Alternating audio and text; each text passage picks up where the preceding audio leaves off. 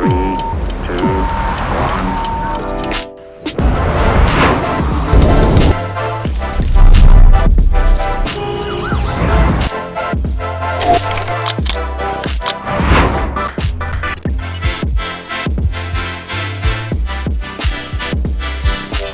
Today's a good one. Today's a special one. I have an old, long-time friend of mine. Known him since I was probably 14, 15. He's doing amazing work. Just inspired by his entire journey and to see him not a proximity. Man, he has so much value to my life. And I believe that as we go through this podcast, man, he's going to do the same for you. So I'm excited to host the great, the one and only, El Señor Brian Rodriguez. What's up, bro? What's good, bro? You good, I'm bro? excited. Yeah, I'm excited to be here. Bro, thank you for first of all just being willing, bro, to come by. You've known me since I was a freshman, bro. High school. It's crazy. Yeah, it's crazy how time flies, but yeah, man, we go way back. Before I was extra large. I was a medium back then. We met what was it?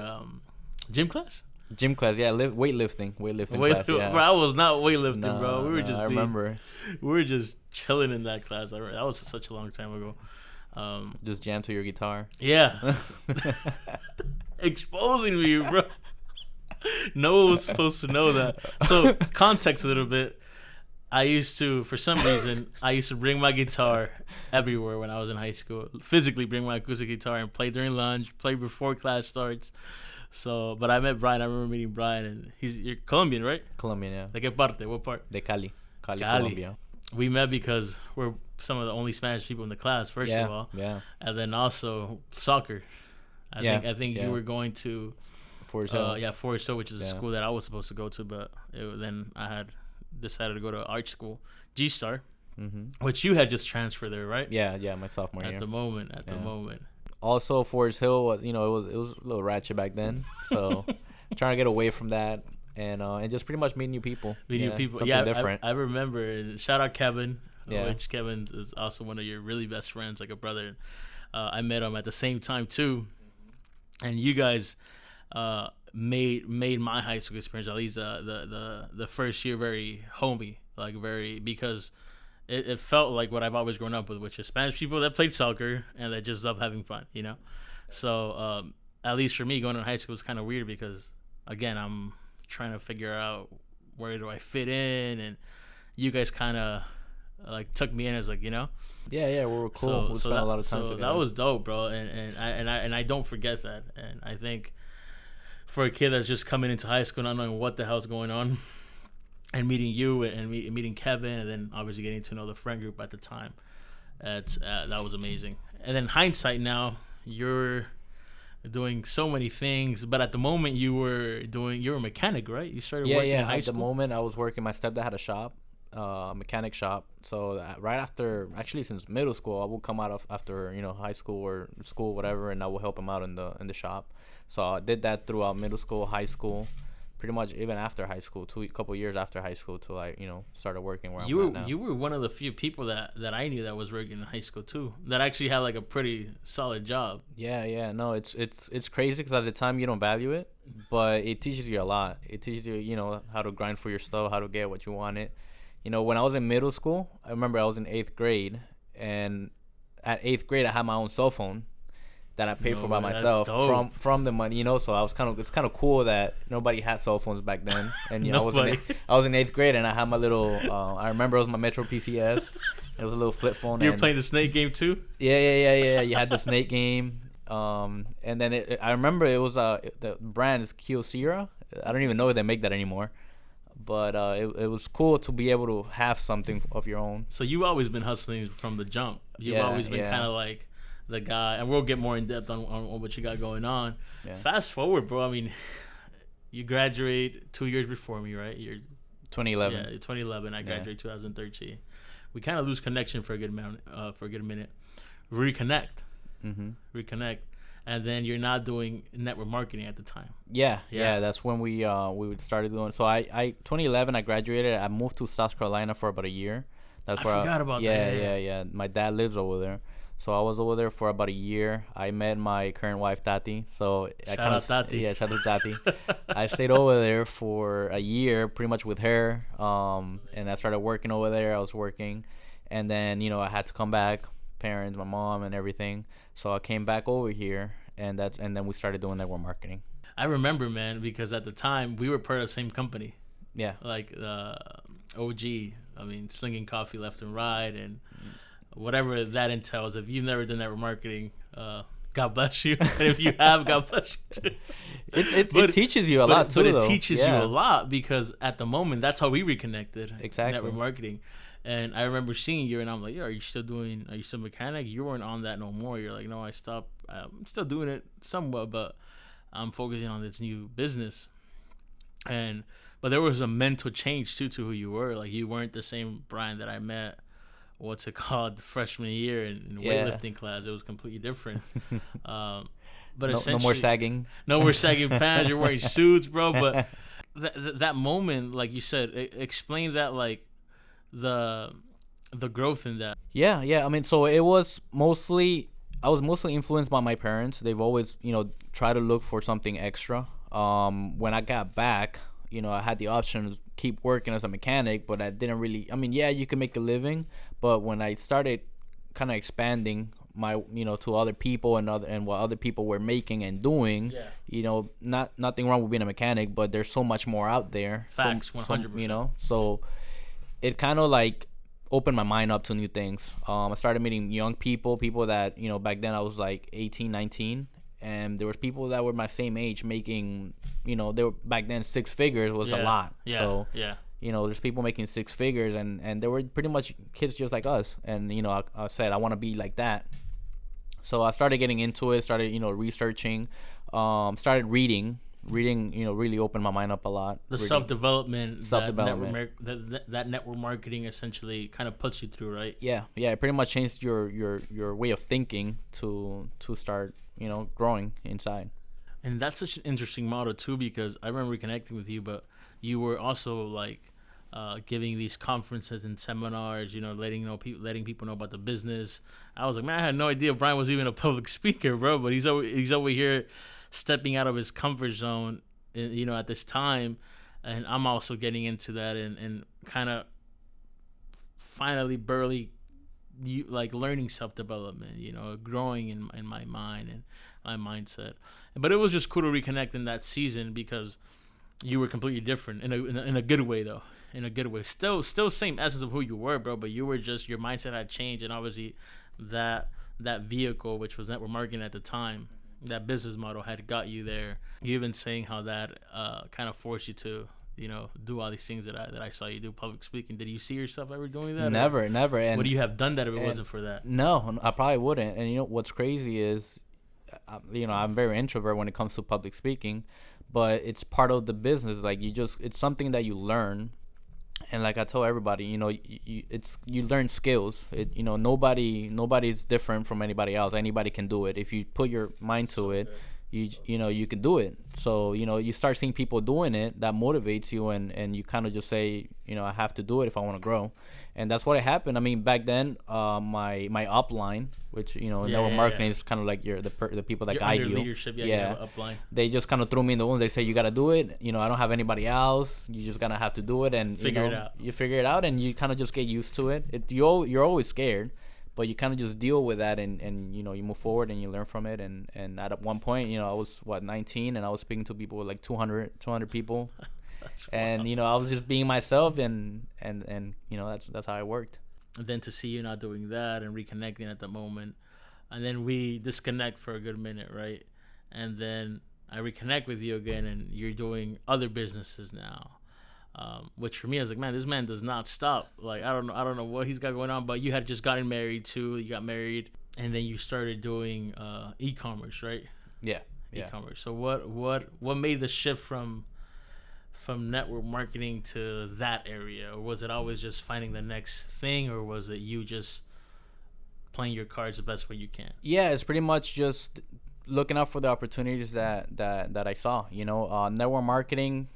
Sadly, when I was doing it, the company that I moved into, it wasn't doing so well. It started doing bad. It kind of went out of business, which it happens a lot in network marketing. Yeah. So, I didn't want to start from scratch again. I didn't want to start, building up the network anymore.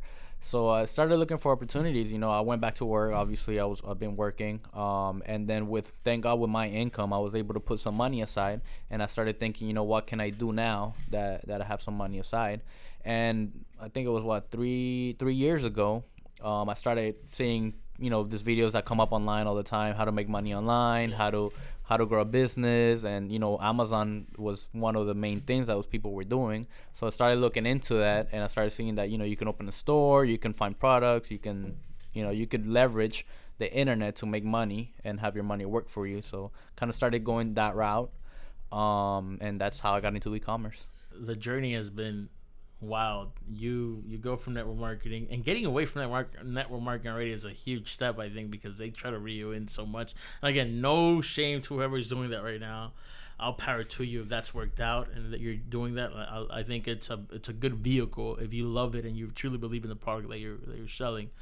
For me it wasn't, so I dipped out. I think way before you did. I think. Yeah. But you also gained a lot of insight from that, right? Like you gained a lot of principles. Principles, connections that to this day I still have. There's people that are doing really well with network marketing. They're millionaires now, and to have access to people like that, it's also it's a blessing. But more entirely the mindset. The mindset that you can't be comfortable. That you can, but if you look out there's a lot more. So if you're one of those persons that wants to keep growing, that kind of helps you get out there and see the bigger picture. You hit on a good point, which was mindset, and then seeing more. You were essentially that vehicle exposed you to so much more financial realities that because they were so close to you, you're like, this is doable for me. Like if they're making X amount of money, or if they're building this, and these are people literally to my left and right, then I can do that. So your mind had expanded at that time, which was then led you to, because we see a million ads, a day, like so many things, but then led you to take an opportunity to something else and be like, you know what, maybe could be something that I can invest in. I mean, like I said, I was looking for opportunities. There's opportunities in everything. There's literally millions of ways to make money, and I've always just been looking for different type of things to do. I started on eBay. I started seeing Gary Vee.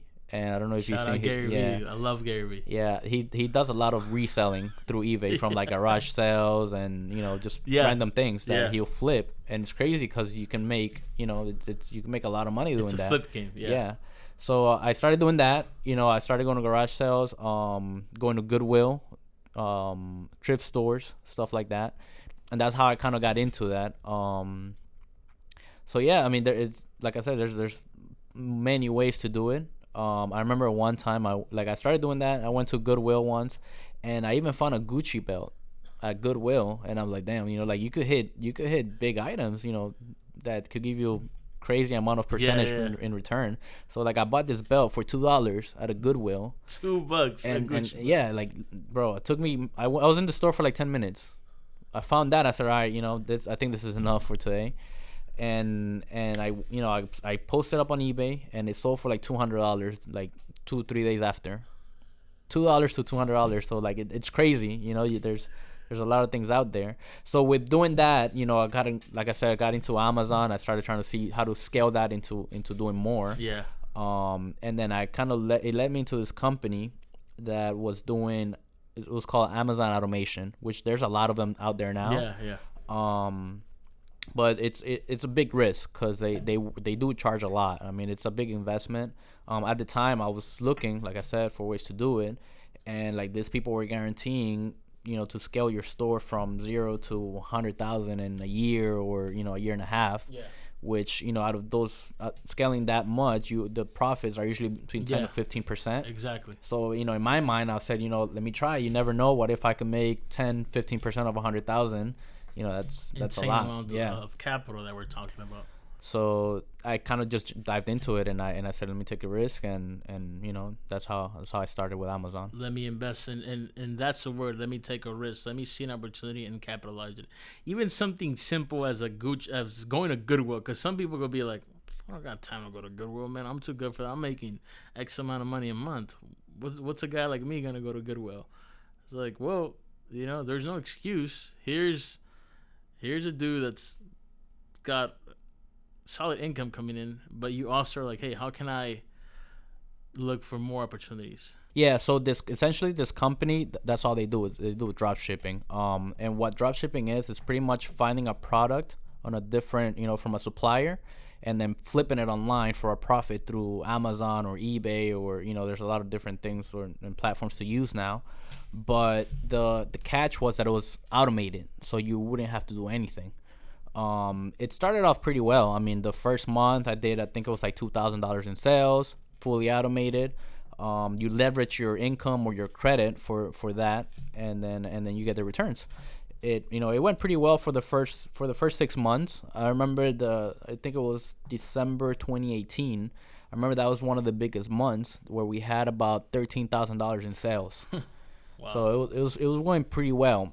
But it started having a little bit of issues with the company, I think, and this company, I'm not gonna say any names, but I think they kind of scaled up too big, and you gotta manage the store, so it's a lot of orders and a lot of processes in the back end, and if you don't have the team to take care of that, then it kind of delays things. And Amazon, they're pretty big on customer service, so they could hold your store, they could suspend your store for a while if you're not doing well.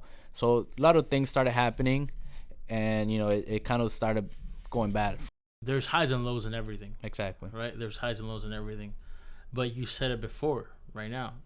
Everything's like high risk, high reward. Exactly. Low risk, low reward. Like ROI, right? It's going to be a big ROI, return on investment, if the more you put in. Exactly. It's going to be a lower ROI the less money you put in. And bro, having you in my corner and knowing you for a long time, you've always been a high risk, like go big or go home guy. Yeah. Which for me, scare money don't make money. Facts. No, facts. But if there's anyone that how would I say, like, encapsulates that, is you, bro. Like, you've always, even having that conversation 2 days ago, we're hanging out talking about different things that we got both going on. I was so inspired, bro, by like your journey. But going back to that theme that you carry with yourself, I'm gonna do whatever it takes to make things happen. And sometimes things are up, but life happens, and sometimes things are down. But what I think makes it special about what you do every single time is, man, whatever you put your mind to, you always go all out. Like, you're I'm not saying risk your entire fortune, risk. No. You got to be smart about it, but it's a calculated risk, but it's a big one too. And on mine, it's inspiring. What drives you to do that? Is it the chip on your shoulder? Is it the motivation to do more and be more, or what is it? Honestly, it's the freedom, bro. Like, I've always been chasing freedom. That's the main thing for me. Now with freedom, freedom, it could be different for anybody. Freedom for somebody could be $3,000 a month, $4,000 a month. So that's what, it depends on what you're comfortable with. But when you get exposed to people making 6 figures a month, multiple 6 figures a month, it's a different mindset. So of course, to get to that level, it's a journey. You have to take risks. You're gonna have to lose sometimes. And you gotta hustle. You gotta hustle. But for me, it's the freedom to be able to do what I want, when I want, wherever I want. And it's a journey. I'm still working on it. I'm not nowhere where I want to be. But if you don't take action and take risks, you'll never know what could have happened. You gotta take risks. You gotta take action. And hope for the best. I walk by faith, bro. Like, that's how it works with me. I walk by faith. Bold. If something goes wrong, I know God's got my back, and I'll figure out a way to bounce back. And not, that's how I roll. You're a freaking savage. But even you said so many good things in what you just said right now. But freedom, that's a big thing. What we were talking about earlier. If you ask a person, what do you want to do? If money wasn't an issue, right? What would you do? If you can do anything in the world, what would you do? And the typical answer people say is, I just want to travel. Mm-hmm. Okay, but travel for what? Oh, I don't know. I just want to travel. And it's like that gets old pretty quick. What is the why behind that? Mm-hmm. You know? So for you, it's always been freedom and also impact. Yeah. You know? Yeah. Impact. Is that what keeps you going to this day, is starting with the end in mind because you already have the vision? Yeah. I mean, I've always had a vision. And I guess one of the things, going back to network marketing and the mindset that I learned, is that you don't need to know when or how. You just need to believe. And like that's what I do. You know, I don't know who I'm gonna meet tomorrow, and I don't know what's gonna happen tomorrow. But if I put myself out there, you know, I'm gonna hit something. You know, you don't know until you try. So I just try to, you know, live day by day, but do my best so that I could put myself in a better position to take advantage of the opportunities that get presented to me. So that's pretty much how it works for me. And not be scared, and also again, I feel like we're going back to that, but it's a huge thing. Not being scared of when opportunities come your way, neither. And also, you have to know when to say no, when to say yes. That's also a huge thing. Yeah. I understand that. You said it best. You don't know who I'm going to meet tomorrow, but if I stay consistent, if I stay the course, I literally have in the caption of this podcast, you know, everyone has a story. You know, stay in your element, stay in what you got going on. You know, whether you're at the end of your journey, you've made it, you're at the mountaintop, or whether you're at the beginning, you're in the valley, or maybe you're going through it.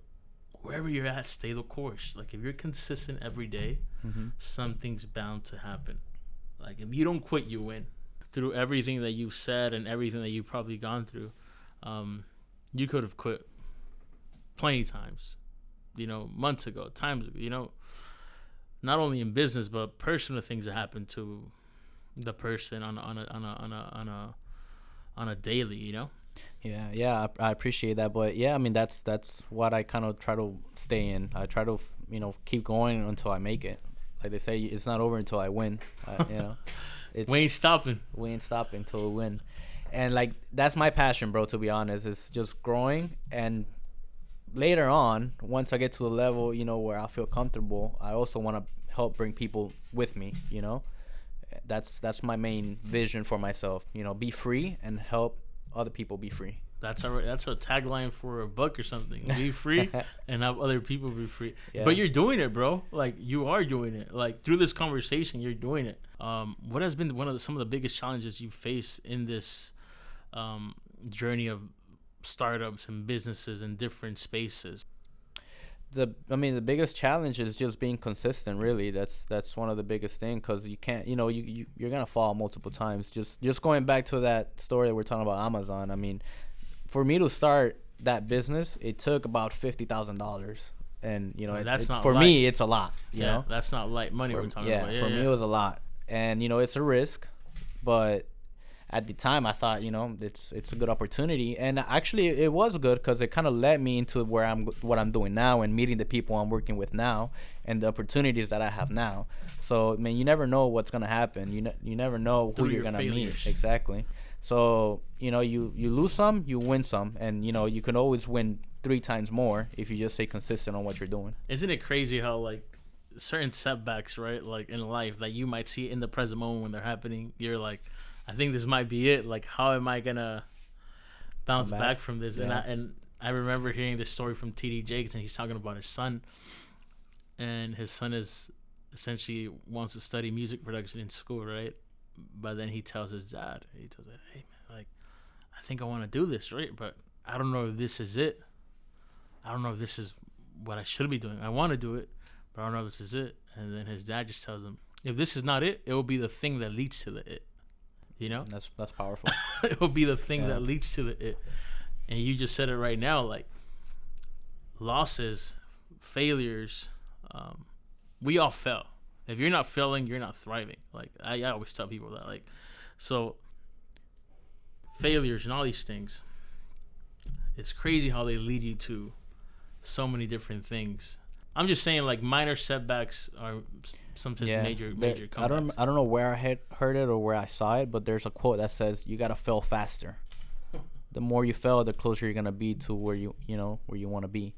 But The felling's not is not sexy. Like felling is not cool, bro. no, I know, it's not cool at all. But who goes and it's like, yo, like I just felled right now. Who posts about that? No one. Right? no, it's true. But the more you put yourself out there, like I said, you're gonna hit something. Obviously, you gotta learn from your failures. You gotta make sure you learn something and figure out what you did wrong so that you won't do it again. But it's a process. Everything's a process. That's crazy, bro. Like, just hearing that and seeing your journey from obviously Cali, Colombia to here. Yeah. Grinding it out, working in high school, making it happen, and then venturing into all these businesses. And that's another thing too, like the background too. Like in Colombia, and I'm actually going first time back in Colombia this next weekend. Actually, let's go, bro. Let's next go. Weekend. Congrats, bro. Yeah, For it's real, a big thing for me. But For real, bro. just thinking of where I came from, like you look at pictures and you look at things of how it was back then. You just gotta move forward. And I'm also very appreciative of my parents because of that, because they took a decision for me, and I feel like in a way I gotta give back to them. So that's why I keep hustling to be able to provide for them, for everything they've done for me. Like I always talk to friends who come from immigrant countries. We're immigrants at the end of the day, and I feel like there's a chip on our shoulder, right, to like do more and be more, and sometimes it can feel heavy. Like, man, like what am I doing? I'm not where I want to be yet. Like there's way more, and I'm not gonna stop until I can obtain that. But I'm also not gonna compromise or switch up to get there. Mm-hmm. Which I've known you. You gotta stay real. How many years, bro? Like 15. So many, yeah, so long. And yeah. Bro, you've stayed the same, bro. You're humble as can be. You're a baller, bro, and people don't know that because you don't carry yourself that way. And you add so much value, dude. I don't know what you're gonna be doing in the next 5 years, 6 years, but I know it's gonna be, knowing you, bro. Like it's gonna be big, and you're gonna keep doing great and big things. So that's why for me to have you on here, bro, it's more of a your story, man, and different things. Like I said, from mechanic to something as network marketing that shift your mindset to now leading you to do Amazon and e-commerce and all these different ventures you got going on. You trade stocks. You're Forex. Into so many, Forex. You're into so many things, bro. But you're always constantly looking. You're the perfect example of like, hey, like if there's an opportunity, I'm gonna create it, and I'm gonna make it happen, and I'm gonna position myself to do it. Yeah, bro. It's just about leveraging, the opportunities that are out there. Like, there's a lot of opportunities. If you can just leverage it, it all adds up and it becomes big. Like, people sometimes they're like, oh, like you can make all this money, and it's like it's just a little bit from different things that will pay off in the future. Just the simple thing like going to Goodwill and buying 4 shirts and put them on eBay. They might not sell right away, but 2 months that could be an extra $500 in your pocket that you take a plane somewhere or do something with. That what I was telling you earlier about Facebook, something as simple as an opportunity of selling, with Facebook Marketplace. You don't know when it's gonna happen, but you might hit something big, and it'll be worth a lot of money, and you just kind of take advantage of the opportunities. 15 years later, man, we're still having these conversations. I'm still learning so much from you on a business end, on a growth end, and just thank you, bro. Thank you for taking the charge and being one of those people in my circle that at the end of the day sees more for life.